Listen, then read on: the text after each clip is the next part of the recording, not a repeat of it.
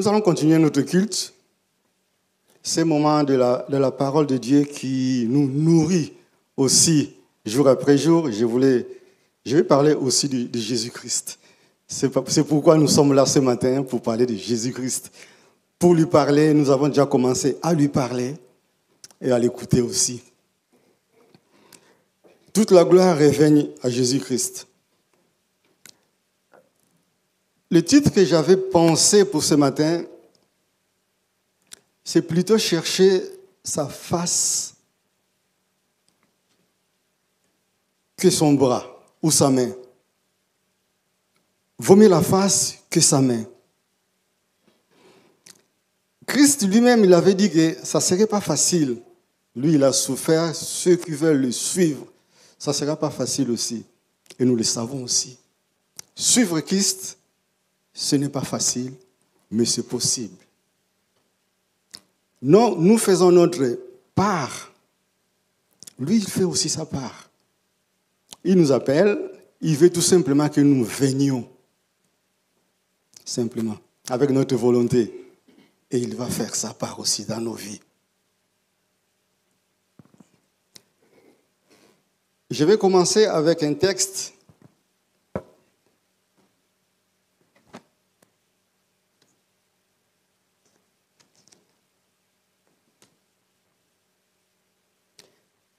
Ésaïe, chapitre 4.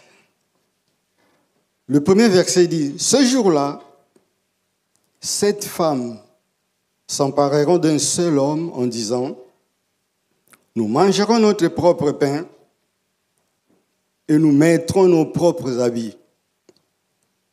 Mais fais-nous seulement porter ton nom. Enlève notre déshonneur. » Nous sommes chrétiens, nous avons donné notre vie à Christ, nous avons dit oui Seigneur, nous voulons te suivre. Mais si nous regardons les textes, ces versets que nous venons de lire, 7 femmes, c'est qu'elles ont voulu tout simplement porter le nom du mari. Elles sont 7. Nous voulons seulement le nom. Le reste, nous allons faire de nous-mêmes. Ce qui nous importe que le nom. Un exemple, il y a une femme politique en France, nous devons connaître tous. Elle est divorcée. Elle était mariée, divorcée, elle est remariée. Mais aujourd'hui, elle porte toujours le nom de son premier mari. Vous devez la connaître, je dirais par son prénom. Elle porte toujours le nom de son premier mari. Pourquoi? Parce que selon elle, selon les commentaires que j'ai pu voir, elle n'a pas voulu être déstabilisée. Elle était connue en tant que femme politique portant le nom de son mari. Elle est divorcée, elle continue avec ses noms. Ça nous arrive aussi. Nous, en tant que chrétiens, nous avons donné notre vie à Christ. Nous avons accepté de le suivre. Mais ça nous arrive aussi de nous approcher plus de Christ quand nous avons besoin. C'est pourquoi j'ai intitulé « Vaut mieux sa face ou sa présence que sa main ». Si je viens ici, là, je tiens la main de mon frère, comme ça, elle a besoin de sa main. Je ne sais pas qui il est, mais j'ai tenu tout simplement sa main. Je peux soulever, ou alors je peux le pousser, ou je vais sortir quelque chose dans ma poche pour la donner, mais elle a besoin tout simplement de sa main, de ma main, pour que je fasse ce qu'elle a besoin. Mon frère, j'ai besoin que tu me tiennes la main pour me lever. Elle ne m'a pas vu. Mais si je viens devant Bob me voit ma face, voit ma main. S'il me regarde, fixe les regards sur mes yeux, il peut comprendre ce que je veux faire après. ou ce que j'ai l'intention de faire, parce qu'il me voit en face. Et souvent, le culte que nous amenons au Christ tous les dimanches matins, ça ne commence pas ici. Ça commence chez nous. Le vrai culte commence chez nous. Le culte personnel, le culte, pas que le dimanche, le culte de tous les jours. Si nous apportons nos cultes de la maison jusqu'ici, même si le piano ne fonctionne pas, nous allons chanter. Nous allons sentir la présence du Seigneur dans ce lieu. Parce que dès chez nous, nous sommes venus avec cet esprit de louange, d'adoration. Moi, je vais au culte pour adorer le Seigneur. Je ne suis pas venu pour voir si mon frère a mis la belle veste ou si ma sœur a mis des sandales au lieu des chaussures fermées. Elle a mis des sandales. Non, ce n'est pas ça. Je viens pour le Seigneur. Lui et lui seul. Ces femmes-là, ils n'ont pas eu besoin du Seigneur. Ils n'ont pas eu besoin de leur mari. Parce que tu peux être là, mais ça ne nous intéresse pas. Ce qui nous intéresse, c'est ton nom. Ce qui nous intéresse à nous comme femmes, c'est le nom de Jésus-Christ. Nous sommes chrétiens, mais quel est le nom? Vous savez, les enfants, quand ils sont avec leurs parents, ils sont en sécurité. Ils ne disent pas, mais ils se sentent en sécurité. Il y a même des nourrissons qui sont dans les bras de leurs parents, ils sont calmes. Quelqu'un d'autre les prend dans les bras et commence à pleurer. Même les nourrissons savent où ils sont en sécurité, qui est dans les bras de leurs parents. Les jeunes enfants commencent à grandir. Les ados, quand ils commencent à avoir l'âge d'adolescence, ils ont besoin de parents. Mais il y a des moments où ils ne veulent pas rester à côté des parents. Parce qu'ils ne peuvent pas faire ce qu'ils veulent. Souvent, les adolescents, quand ils commencent à chercher, à prendre les ailes, à penser qu'ils sont prêts à s'envoler eux-mêmes, sans les parents, l'adolescence. Et les chrétiens aussi, ça nous arrive aussi en tant que chrétiens. Nous pensons que le Seigneur, oui, mais seulement quand j'ai faim.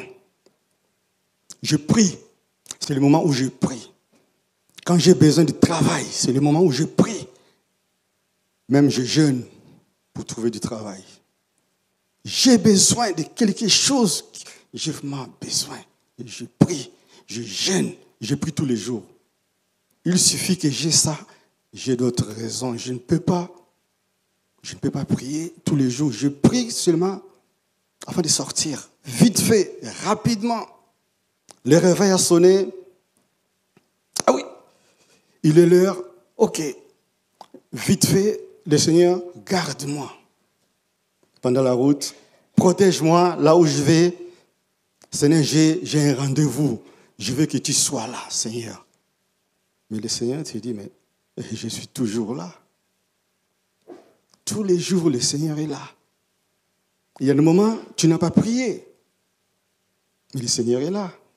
C'est toi qui t'as réveillé. Le réveil a sonné, mais ce n'est pas le réveil qui t'a réveillé. Combien de personnes, le réveil a sonné, mais il n'est pas réveillé. Mais il est décédé.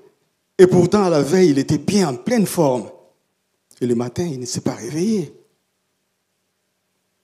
Mais nous, ce n'est pas parce qu'il le réveille. C'est le Seigneur, il nous regarde. Il nous voit. Tout le temps, tout le temps. Même si on fait des bêtises, on fait des choses qui ne lui plaisent pas, il nous voit. J'ai besoin d'argent, j'ai besoin de travail. Je prie, je jeûne. Et quand tout va bien, pourquoi ne programme pas un jeûne? Toi-même, tout seul, dans ta maison, dans ta famille, prépare un jeûne. programme un jeûne pour l'église, pour des frères que tu ne vois que le dimanche, des frères que je ne vois que le dimanche. Je ne peux pas les voir dans la semaine parce que nous sommes tous occupés. Des frères que je vois que le dimanche. Une pensée dans la semaine. Je programme un jeûne seul. Je reste dans un coin. Je cherche un temps. Je cherche. Le temps, nous en avons tous. Mais nous avons tous les excuses que je n'ai pas le temps. Si on cherche, on trouve, dit la parole de Dieu, et c'est la vérité. Frappe, on vous ouvrira. Cherche, tu trouveras. Et à un moment, nous ne cherchons pas et nous disons que je n'ai pas le temps. C'est parce que je n'ai pas cherché, tout simplement. Et si je cherche, je vais trouver. Donne-nous tout simplement ton nom. Cela nous suffit. Quand j'ai besoin, je viens te voir, Seigneur. Quand je n'ai pas besoin, ce n'est pas grave. Je fais ce que je veux.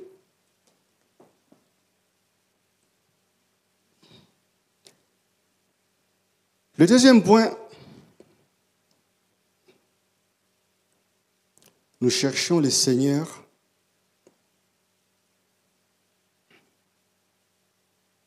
quand nous avons peur. Nous augmentons notre temps de prière quand nous avons peur. Quand nous avons peur, nous pensons que le Seigneur ne nous voit pas parce que nous avons peur. Et l'ennemi sait, nous voit aussi quand nous avons peur. Après, il met la pression. Parce que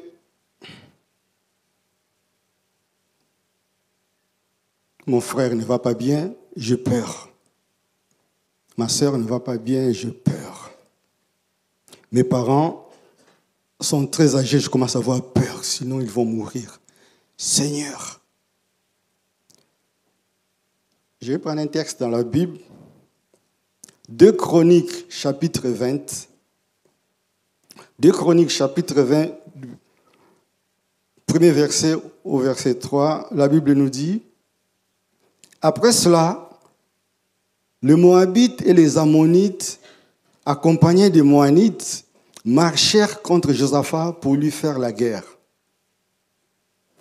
On vient annoncer à Josaphat, « Une foule nombreuse s'avance contre toi depuis l'autre côté de la mer, depuis la Syrie, et ils sont déjà à Hatzatson, Tamar, c'est-à-dire en Guédi. » Josaphat eut peur et décida de chercher l'Éternel. Il proclama un jeûne pour tout Juda à cause de la peur. Quand nous venons ici, le dimanche, nous louons le Seigneur. L'équipe de musiciens qui font un bon travail, on ne cesse de le dire, ils continuent à travailler. Quand nous sommes chez nous, ils sont en train de préparer. Dans la semaine, ils cherchent quel chant on va mettre pour conduire l'église dans l'adoration, dans la louange. Ils arrivent ici. Et nous, ça ne va pas. Oh là là. Mais on ne voit pas les paroles. Il y a des chants, mais on ne voit pas les paroles. Au lieu que nous chantons ce qu'on sait, si on ne sait pas les paroles, on prie. Au lieu de commencer à regarder. Alors moi, je le dis à chaque fois, même quand je suis là, même derrière, je le dis. Je ne peux pas regarder parce qu'ils font un travail. Ils travaillent. S'il y a quelque chose qui bloque, ce n'est pas qu'ils ont voulu bloquer. Non, ça arrive. Je dis aussi souvent que ceux qui font les accidents, c'est parce qu'ils étaient sur la route. S'ils ne conduisaient pas, ils n'allaient pas avoir l'accident. Des bugs comme ça, et en plus l'informatique, ça peut arriver. Je disais de la peur. Quand nous ne sommes pas bien, nous avons peur. C'est là où nous gênons. Nous cherchons plus. Le Seigneur nous posant des questions. Est-ce que Seigneur, tu me vois? Je pense que tu ne me vois pas. Je dis, pourquoi l'autre, il va mieux que moi? C'est l'apparence. Parce que nous n'aimons pas voir d'autres personnes à sourire, à rire, à s'éclater. Souvent, ça nous fait du mal aussi. Mais moi, avec tous ces soucis que j'ai, et je vois l'autre plus à l'aise, plus souriant, en tant qu'humain, en général, ça fait mal. L'homme n'aime pas voir l'autre en train de sourire, en train de rigoler, en train de s'éclater dans la vie.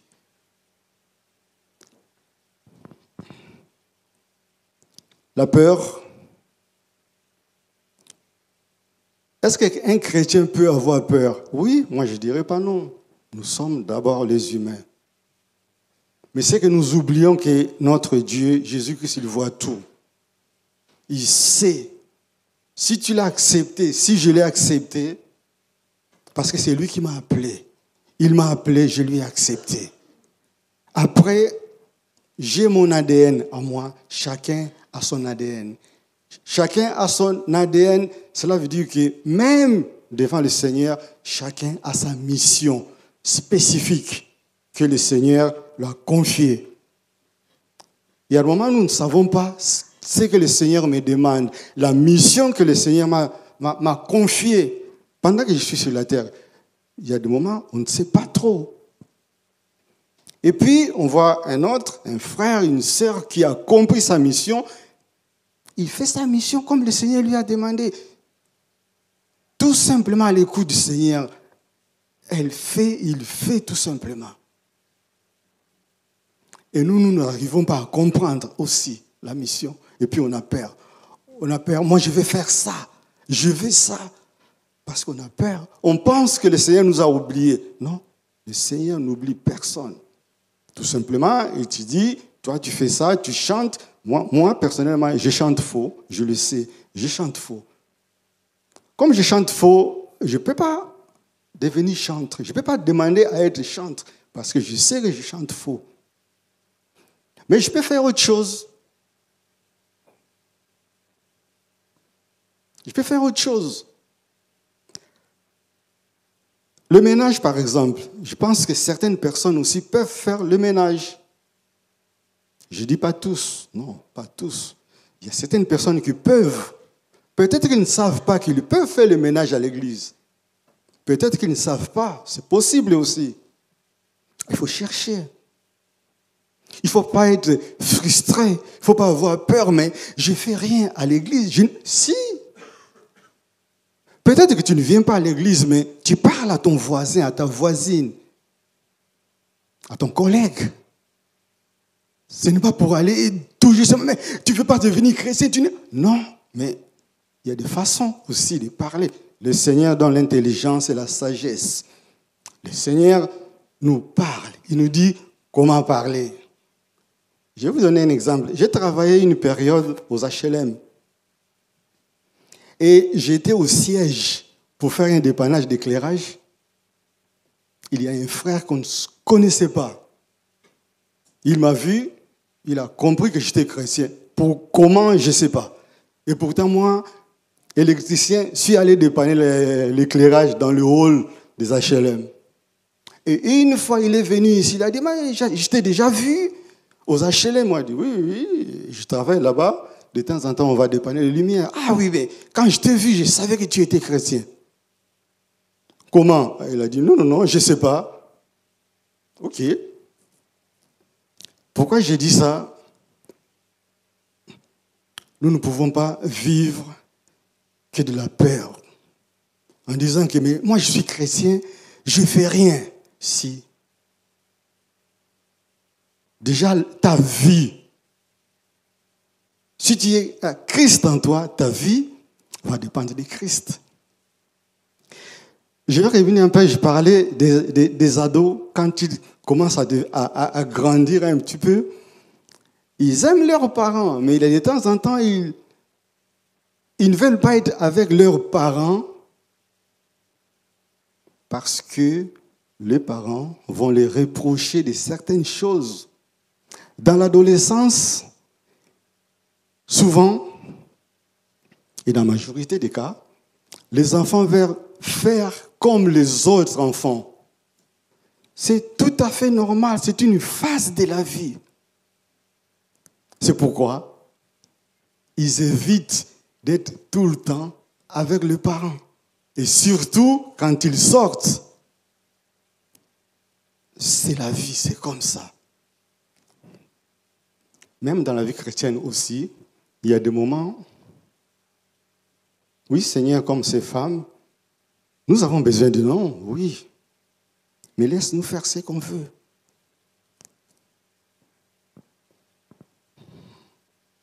Josaphat a eu peur. Je reviens là où j'étais au numéro 2, Josaphat a eu peur. Mais l'Éternel ne veut pas que nous ayons peur. Nous ayons peur de la vie. C'est qu'il nous demande d'avoir confiance, tout simplement. D'avoir confiance. Maintenant, toutes les infos vont très très vite avec l'Internet. Et l'ennemi aussi voit tout. Si nous avons un peu de doute dans nos vies, nous montrons, même notre visage le montre. Notre façon de marcher le montre que nous avons peur. L'ennemi voit aussi, il en profite. Il met des choses. Quand on va à l'Internet, après on voit les prophètes. Nous, avec la faiblesse que nous avons aussi en tant qu'humains, nous sommes tentés à consulter certaines personnes. Regarde la situation, qu'est-ce que tu en penses? Après, on regarde sur Internet des exemples de certaines personnes qui ont contacté des soi-disant prophètes. Et puis, ils appuient encore, ils nous mettent encore des pressions d'avoir de plus en plus peur. Mais l'Éternel dit, n'ayez pas peur. Ayez confiance en moi. C'est lui qui décide dans nos vies. C'est lui qui contrôle. Il suffit que nous nous abandonnions, corps, âme et esprit. Il fera tout.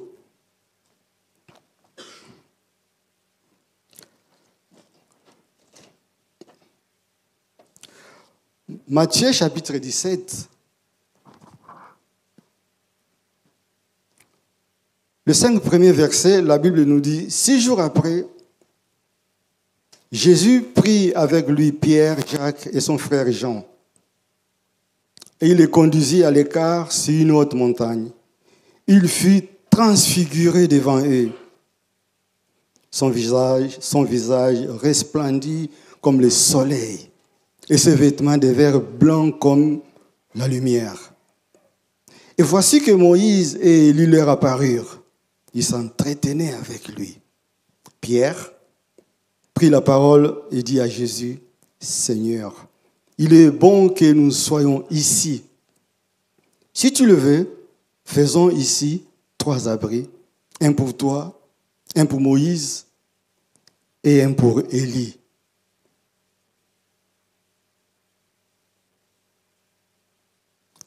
Pierre, un des piliers de Jésus-Christ, un des piliers de l'Église. Avec Jésus, Jésus s'approchait déjà, sa mission était accomplie sur la terre, il était prêt à partir. Et il prend les piliers, ses 3 disciples, Pierre, Jean et Jacques. Sur la montagne, il priait. Et d'un coup, Élie est apparu, Moïse aussi est apparu. Pierre, Jean et Jacques, ils ont vu. Pierre, comme il était vaillant, courageux, il a dit, « Oh Seigneur, quelle merveille !» De lui-même, il dit au Seigneur, « Permets qu'on monte 3 tentes. » Et la suite, au verset 5, comme il parlait encore, une nuée lumineuse le couvrit. De la nuée, une voix fit entendre ces paroles. « Celui-ci est mon fils bien-aimé, qui a toute mon approbation. Écoutez-le. Wow. Pierre, Jean et Jacques, ils ont vu. Et Pierre dit, oh Seigneur, incroyable. Il faut que je construise 3 tentes. C'était l'émotion de Pierre. Quelques jours après, Jésus-Christ arrêté, Pierre s'est caché. Une des servantes a vu Pierre parce que on l'a reconnu qu'il était avec Christ. Moi, je pense que nous aussi, normalement, quelqu'un qui nous voit, il faut qu'il reconnaisse celui-là, il est chrétien. Par sa façon de parler, son comportement. Même si tu es n'importe quel milieu, il faut qu'on te reconnaisse. Celui-là, la façon qu'il parle, comme il marche, comme il est assis, tout simplement. Non, c'est un chrétien. C'est une chrétienne. Un chrétien ne parle pas n'importe comment. Une chrétienne ne s'habille pas n'importe comment. Un chrétien ne marche pas n'importe comment. Un chrétien, il est comme il est. Un chrétien, c'est l'image du Christ. Un chrétien ne peut pas être, aujourd'hui il est chaud, demain il est froid. Pierre, il était enthousiaste. Il était vraiment dans les nuages. Il a vu Christ. Il a vu comment Christ brillait. Il a entendu la voix. Celui-ci est mon fils bien-aimé. Écoutez-le. Quelques jours après, c'est le même Pierre. Il a dit que Jésus, Jésus, je ne le connais pas. C'est que le Seigneur nous demande que nous soyons nous-mêmes. On a accepté Christ, on l'a accepté. Il nous accompagne. Tout ce qui nous arrive, il est là, il voit. Il ne nous abandonne pas. Il y a sa parole, je ne vous abandonnerai jamais. Je serai avec vous tous les jours. Et souvent nous oublions. Nous pensons quand ça ne va pas, quand je pense que ça ne va pas, quand je veux manger la viande aujourd'hui, je n'arrive pas à trouver la viande, je prie. Mais Seigneur, je veux la viande, je ne trouve pas. Seigneur, tu m'as abandonné. Là, je ne devais pas pleurer, je devais être dans la joie. Là, je pleure. Pourquoi, Seigneur? Pourquoi les autres sont dans la joie et moi, je ne suis pas dans la joie? Seigneur, je prie, mais tu ne m'entends pas. Le Seigneur n'abandonne personne. Il entend. Il entend nos prières et il y répond. Il répond quand tu le veux. Qu'on ne soit pas, aujourd'hui on est chaud. C'est comme la météo dans la région. La météo dans la région, c'est comme ça. Le matin, il fait très très froid. Dans la journée, il fait chaud. Et puis le soir, peut-être il pleut. Le chrétien doit être stable. Un chrétien, une chrétienne doit être stable. Je suis là, j'ai accepté le Christ et on y va. Je sais qu'il y a des moments, je ne vais pas bien.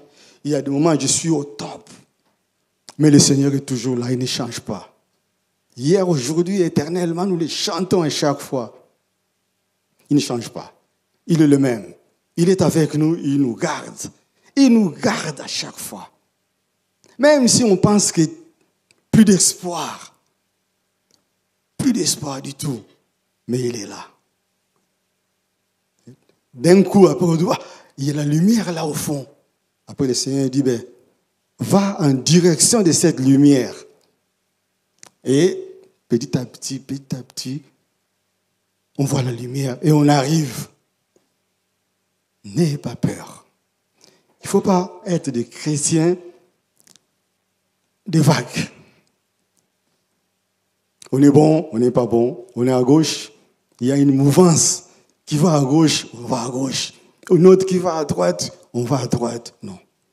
On garde les yeux sur le Seigneur. On continue? Allô, on continue? Alléluia. Ce n'est pas encore fini. C'est bientôt fini, mais ce n'est pas encore fini. Romains 1,17 dit que Romains 1,17, le juste vivra par la foi. Le Seigneur nous a justifiés. Nous ne sommes pas justes de nous-mêmes. C'est le Seigneur qui nous a justifiés. Comme il nous a justifiés, il veut tout simplement que nous continuions à avoir cette foi. C'est notre vie, de la foi en Christ. Accrochons, même s'il ne va pas, même s'il y a des choses qui ne vont pas, on pense que rien ne va, ça va aller. En son temps, on n'abandonne pas.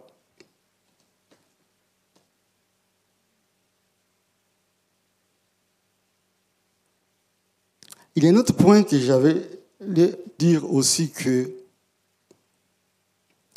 on ne cherche pas le Seigneur qu'en groupe aussi. Comme je disais tout à l'heure, que tous les jours, il faut chercher la face du Seigneur. Tous les jours, comme les enfants ont besoin de leurs parents, tous les jours. Tous les jours, les enfants ont besoin de leurs parents. Notre Père, notre frère aîné, Jésus-Christ, nous avons besoin de lui. Il sait nous donner ce que nous avons besoin. Et nous devons être toujours aussi à côté de lui. Ne cherchons pas tout simplement que l'Église organise une semaine de jeûne pour que je jeûne, une journée de prière à l'Église pour que je prie. J'ai pris chez moi. Cherchez le temps de prier chez moi. Cherchez le temps de prier en famille. Cherchez le temps de prier entre frères et sœurs en dehors aussi de l'Église, en dehors du programme de l'Église. C'est pourquoi il y a aussi des groupes de maisons pour qu'on puisse nous connaître mieux. Parce que dans les groupes de maisons, on échange beaucoup. Bien qu'on n'a pas beaucoup de temps, mais on cherche toujours le temps dans le groupe de maison d'échanger. C'est dans le groupe de maison où on se connaît mieux qu'à l'église. À l'église, on arrive à l'heure. Après le culte, on reste même pas 5 minutes. Après, on est obligé de rentrer chez nous, passer du temps aussi en famille, mais dans le groupe de maison. Pour y participer dans le groupe de maison, il y a des moments, on pense qu'on n'a pas le temps. On prie chez nous. On prie chez nous. Notre culte personnel, on pense au groupe de maison. Quel groupe je peux intégrer? Si tu as l'envie, quand tu auras l'envie d'intégrer un groupe, il faut voir le pasteur. Le pasteur va savoir la zone géographique où tu habites, quel groupe aussi où tu peux participer. Parce que dans mon groupe, il n'y a pas de jeunes. Ça, c'est le pasteur qui a voulu que ça soit ainsi. Il y a plusieurs groupes, maisons. Ne cherchez pas tout simplement le dimanche pour prier intensement. Comme je disais au début, notre culte commence à la maison. On vient ici ensemble, on amène un bon culte. Parce qu'il y a des moments où on est au culte comme si le Seigneur n'était pas là. Il y a des jours, l'ambiance, elle est très bonne, tout le monde est chaud. Ah, aujourd'hui, le culte était bon. Le Saint-Esprit était là. Et le dimanche après, on chante calme, on peut avoir basse, et puis on pense que le Seigneur n'est pas là. Tout simplement parce qu'on a prié. L'ambiance n'était pas très forte. Mais le Seigneur est toujours là. Il est toujours là. Je suis toujours là, je le répète. C'est le Seigneur. Je suis toujours là. Vous êtes réunis, je suis là. Mais il ne faut pas oublier aussi, on ne donne pas de valeur au Satan, au démon. On ne le valorise pas, mais on sait qu'il est là aussi. Il veut tout simplement mettre des choses bizarres dans nos oreilles, pour douter des frères et même des sœurs, pour avoir des doutes. Mais, qu'est-ce qu'il a fait? Qu'est-ce qu'elle a fait? Mais, Satan aime bien nous mettre des doutes. Pourquoi il est là? Pourquoi elle est là? Il ne devait pas être là, il ne devait pas être là. Ce n'est pas sa place. Satan nous fait des juges pour nos frères et sœurs. Ce n'est pas le Seigneur. Nous savons bien que le juste juge, c'est notre Seigneur. Il juge. Mais nous, Satan met dans nos oreilles, même dans nos pensées, que nous pouvons juger notre frère, que nous pouvons juger notre sœur. Parce qu'il vient au culte de temps en temps, il vient seulement quand tu le veux, nous jugeons. Parce que la louange aujourd'hui, Cathy, qu'est-ce qu'elle a fait Cathy aujourd'hui? Ah mais je dis ça comme ça parce que nous, en tant qu'humains, je peux dire aussi, Divine n'a pas bien passé les chants. C'est humain. Mais le Seigneur voit le cœur de ceux qui fait pour lui. Elles sont là pour le Seigneur, ce n'est pas pour nous. Peu importe. Mais c'est leur cœur, c'est notre cœur qu'il veut pour lui.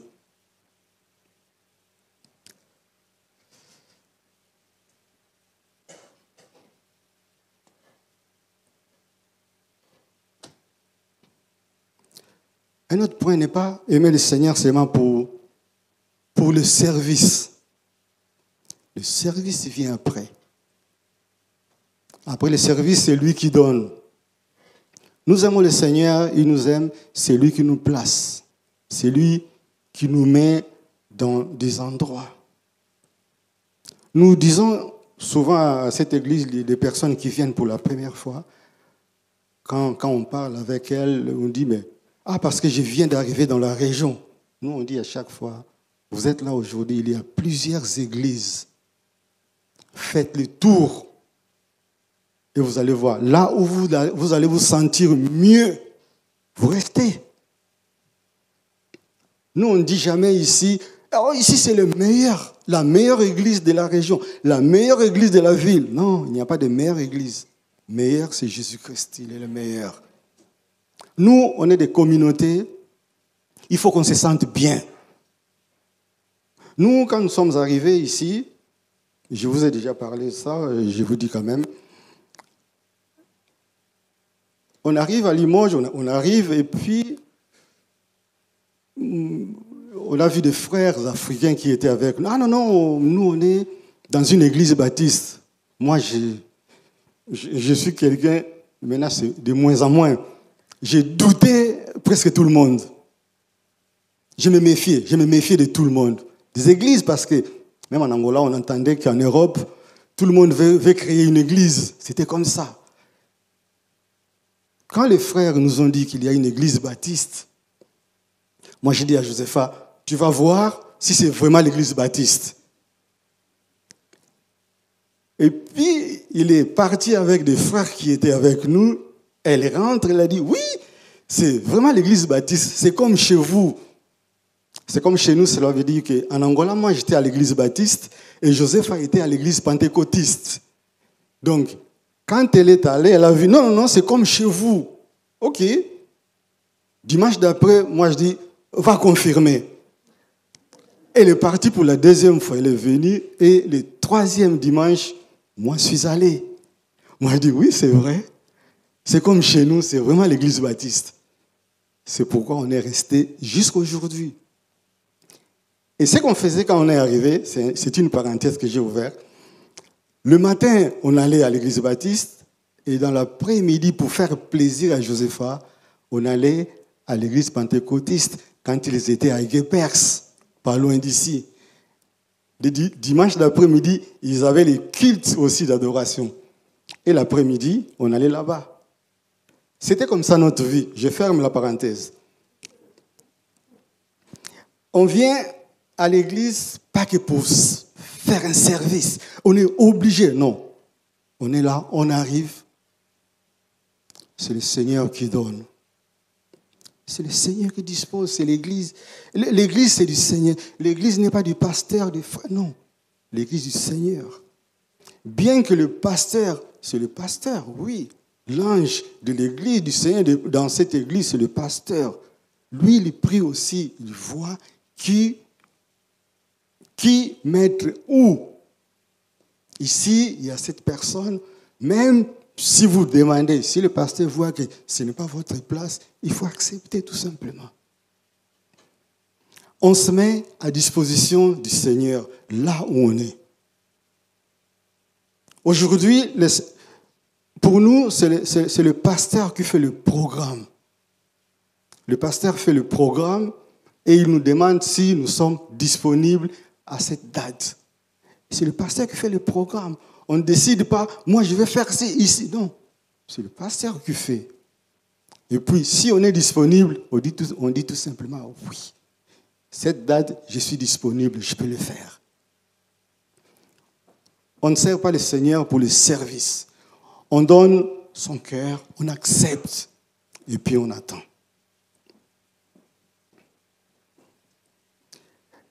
Moi, je regarde les vidéos aussi, les reportages. Je regarde.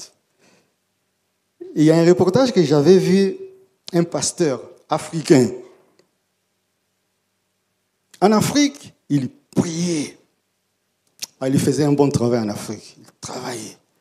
Et après, il a demandé, il a eu la vision que le Seigneur l'a amené en Europe, pour évangéliser en Europe. Et puis, il est venu en Europe. Il a continué à travailler, ça allait très bien. Lui, dans ses prières, selon lui, il a eu la vision que le Seigneur lui a demandé d'aller aux États-Unis après un certain temps en Europe. Il continuait à prier. Mais le Seigneur aussi avait un autre plan, ce que lui ne savait pas. Il y a eu un moment, l'église en Europe était bien implantée. Le Seigneur l'a dit, bon, ta mission en Europe, c'est fini. Maintenant, je vais te changer. Il a dit, oui, Seigneur, envoie-moi où tu veux. OK. Le Seigneur lui a renvoyé dans son pays d'origine. Là, il devait implanter encore une autre église dans une autre région, mais dans son pays. Il a dit que non, ça, ce n'est pas la voie du Seigneur. Parce que selon lui, il fallait que ça soit aux États-Unis ou en Australie. Mais le Seigneur, ce n'est pas ça que le Seigneur a voulu. C'est pourquoi je disais, on ne vient pas au Seigneur pour un service. On donne son cœur. On va servir le Seigneur. Et c'est le Seigneur qui décide où il veut nous placer. Si on aime vraiment de tout notre cœur, on va dire oui. Parce qu'il n'abandonne personne. Il est toujours là avec nous.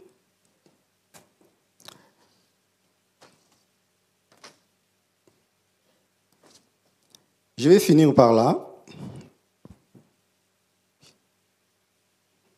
Le dernier point, on ne cherche pas le Seigneur par compétition. Ça, c'est chaud. Ça, c'est chaud.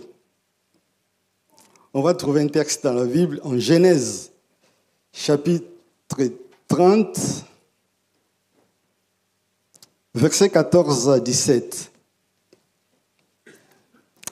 La Bible dit au 14, Ruben, ça c'est Jacob et ses femmes. Ruben, le fils de Léa. Ruben sortit à l'époque de la moisson des blés et trouva des mandragores dans les champs. Il les apporta à sa mère Léa. Rachel dit alors à Léa, « Donne-moi, je t'en prie, des mandragores de ton fils. » Elle lui répondit, « Et c'est trop peu d'avoir pris mon mari pour que tu prennes aussi les mandragores de mon fils. » Rachel dit, « Eh bien, il couchera avec toi cette nuit en échange des mandragores de ton fils. » Le soir, quand Jacob revint du champ, Léa sortit à la rencontre et dit, « C'est vers moi que tu viendras, car j'ai été eu en salaire pour les mandragores de mon fils. » C'est la rivalité entre deux sœurs, Léa et Rachel. Jacob aimait beaucoup Rachel que Léa. Et là, il y avait une compétition.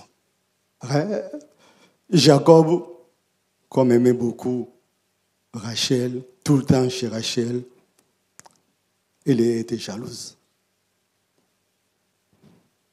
Pourquoi être jaloux dans la maison de l'Éternel? Dieu n'aime pas les jaloux.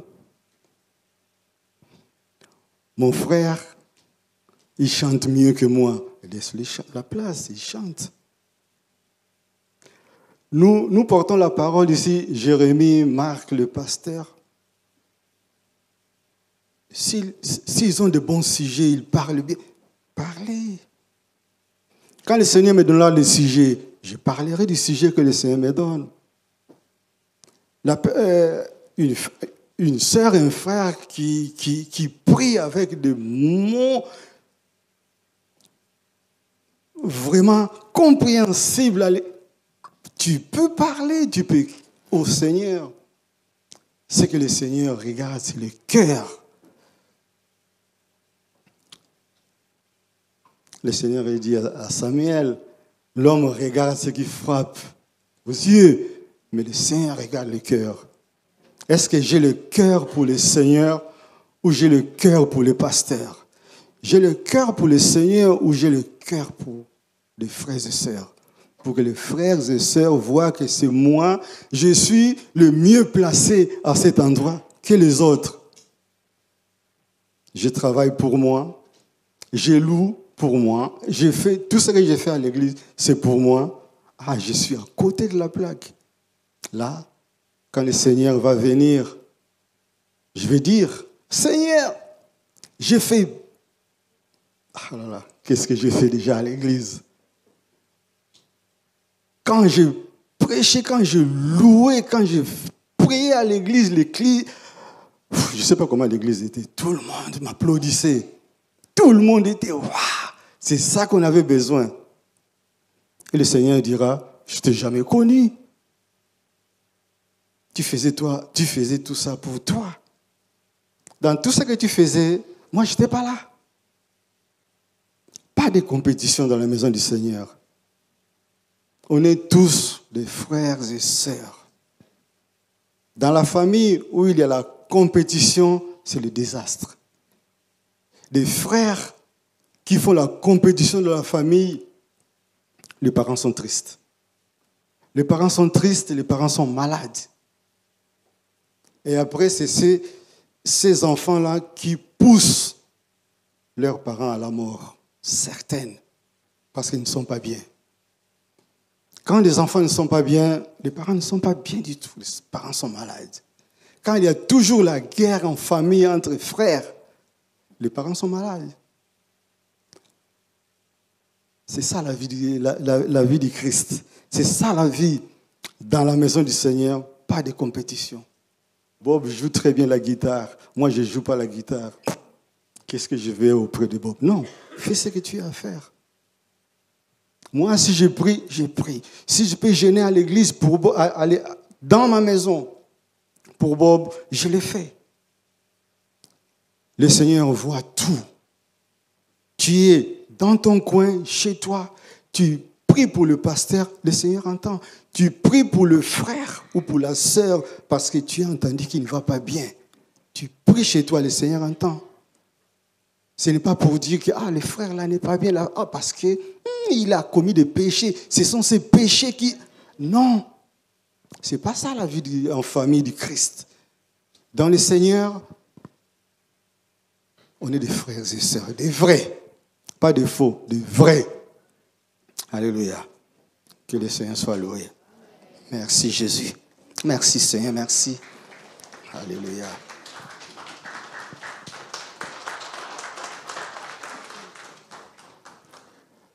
Que toute la gloire revienne au Seigneur, notre Dieu, notre roi. Merci Jésus, merci.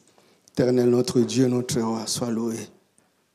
Sois béni, Seigneur. Merci pour cette famille que tu nous as donnée, Seigneur. Merci. Alléluia. Gloire à toi, Jésus.